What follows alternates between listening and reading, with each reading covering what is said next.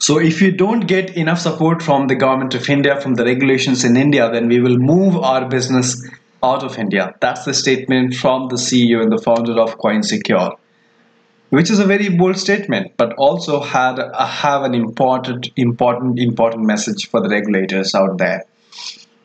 Let's go ahead and read out his interview with one of the journalists that happened recently, and it has been published on the Hindu.com, where he was very blunt in saying that the regulators can ban a bank account, but nobody can ever bank a cryptocurrency account, a Bitcoin account, right?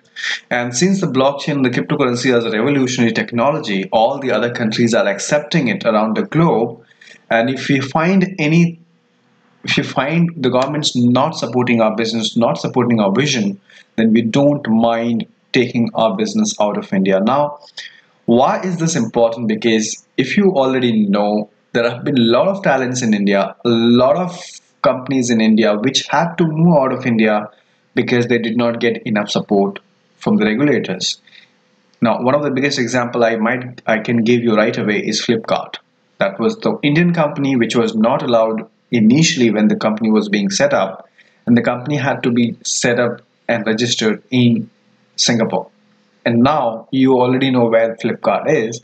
And we all know the fact that there are so many companies which are coming up into this blockchain space, which are innovative, have unique ideas. And if they don't get enough support from the regulators, they will have to move out of India. And that's what he said. Let's go ahead and read it. So he says that India does not have to reinvent the wheel to come up with cryptocurrency regulations. Mohit Kalra, he is the CEO of one of the largest and the oldest trading exchange in India.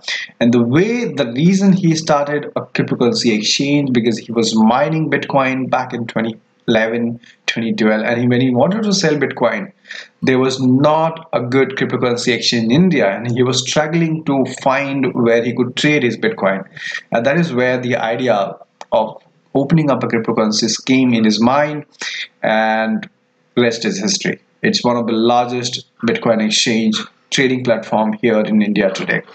So he made a couple of very good points that I want to read out to you. As you can see, he said that banks may freeze our Rupees account, but no one can freeze our Bitcoin accounts. If required, we will move out of India. We'll go global. He says that, of course, he shares his story about how he started in 2010, how he went to Singapore and he came across this thing called Bitcoin, and everyone is talking about Bitcoin mining. And as you know, 2010 2011 was the year when Bitcoin could be mined on your laptop, because in 2009 it was invented. 2010 2011 year, you could actually mine Bitcoins on your laptop, and that's what he was doing. This is what Mohit Kalra was doing back in 2011, right? And he was using these using the graphic cards. By the time they switched to graphic cards, I was using miners with ASIC chips, application specific integrated chip. He said that I sold all my Bitcoins for $600. It was a huge price for me. From a new few dollars to 600 was a massive jump though. But selling was a big problem. I got really stupid prices in India. I was forced to sell for 300, 400, but globally Bitcoin was trading at $600. This got me thinking about why there was no proper exchange in India where anyone could place an order, buy or sell Bitcoins. That's when I decided to build CoinSecure. He also said that Kalra was on the verge of closing down the CoinSecure. That was back in 2016. Now, our trading volumes were not picking up. We were not making money, so I was seriously thinking of shutting shop, he says. And then the demonetization happened, guys. Now, this is something which everyone says. I actually didn't believe it too much, as in that it is the Bitcoin only picked up because of the demonetization. But yes, there is definitely some kind of impact of demonetization as yet, as it's mentioned here. It says almost immediately the volume began to go up. CoinSecure acquired new users at a fast clip. Demonetization had managed to do for cryptocurrencies what even a multi-million dollar ad campaign may not have. Get people to question their trust in fiat currency and seek out alternatives, right? So if you would have spent millions of dollars in advertisement, that would not have worked. Just like Paytm, right? Paytm would have spent millions of dollars in advertising what is Paytm all about, but nobody will use it. But as soon as the demonetization happened, Paytm just took off, right? The same thing with the CoinSecure. People started going out on the CoinSecure, starting registering, buying Bitcoin and cryptocurrency and whatnot. He says, look at what happened in Syria. After war broke out, the Syrian pound lost 90% of its value. When a state collapses, so does the currency. When Bitcoin is a global currency, but Bitcoin is a global currency, no government controls it. It is immune to political instability. He says, why the Indian states hates cryptocurrency so much? I don't think they hate it, because if they would have hated it, they would have shut down completely long time back. But what I do think is they want to understand in depth. So he says that I don't know. I guess it's a lack of knowledge, which is true. Even the mainstream media, I would say it's a lack of knowledge. The way they represent the entire news in front of people. They cannot ban us outright, since terming our operations as illegal still requires some regulations. You cannot ban exchanges, you cannot stop exchanges, because there is no law as such, and they have none. So they are harassing us unofficially by getting banks to suspend the accounts of crypto exchanges. But Kalra does not like to complain. If an industry is disruptive, one must be prepared for such situations like this. We are, let me say this openly, even if the government shuts down our bank accounts and bans Bitcoins, CoinSecure's cryptocurrency services will not stop. Banks may freeze our INR accounts, but no one can freeze our BTC accounts. If required, we will move out of business. We'll go global. The young techie is also struck by the irony of it all. Last August, we raised 1 million. We are India's first Bitcoin company to raise funds at a valuation of 10 million. So many foreign investors want to put money into Indian Bitcoin companies now. This is a very, very important statement. Because so many foreign investors want to put money into Bitcoin companies in India, but the Indian government wants to drive homegrown Bitcoin companies out of India, right? Because obviously, if the regulations do not support, obviously the regulations have not come out yet. The regulations are still being formed and designed. But the message here is that if the regulations are not friendly to the blockchain economy, these companies which are thinking of coming to India will not come to India, and so the India will not flourish. This is a great message, by the way.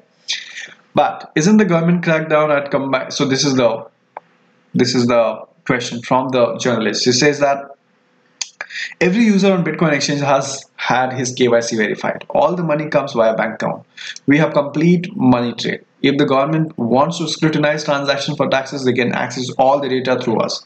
But if they clamp down, as it is happening today, then all the Bitcoin trading will shift to cash. You would know that Bitcoin is basically can be stored in a wallet. You really no need to have a bank account. You want to have a bank account when you're buying from an exchange, but somebody who wants to buy peer-to-peer, he doesn't have to have a bank account. I mean, he can trade his Bitcoin for cash, and I think there are so many people who actually does that. So I guess, right? So if the government wants to, right? So there will be no records, and if you do the transaction in cash, peer-to-peer, there are no records at all, which is how you prepare for the ground for black economy. Right? And this is what is happening now. Carla also believes the government is confused because it is not clear who should frame the regulations. If Bitcoin is currency, which it is, then the Reserve Bank of India should frame the regulations. But if it is a security, which is also it is, then it is up to the Security and Exchange Board, SEBI. But India does not have to reinvent the wheel to come up with the regulations. That's true again. There are already working templates. Looking at Japan, he says it has made Bitcoin a legal currency. You can walk into a bank there and ask them to give you Bitcoins. It is accepted in more than 2 lakh stores. I think India has not looked at other markets properly. That is why they have no clue how to regulate cryptocurrencies.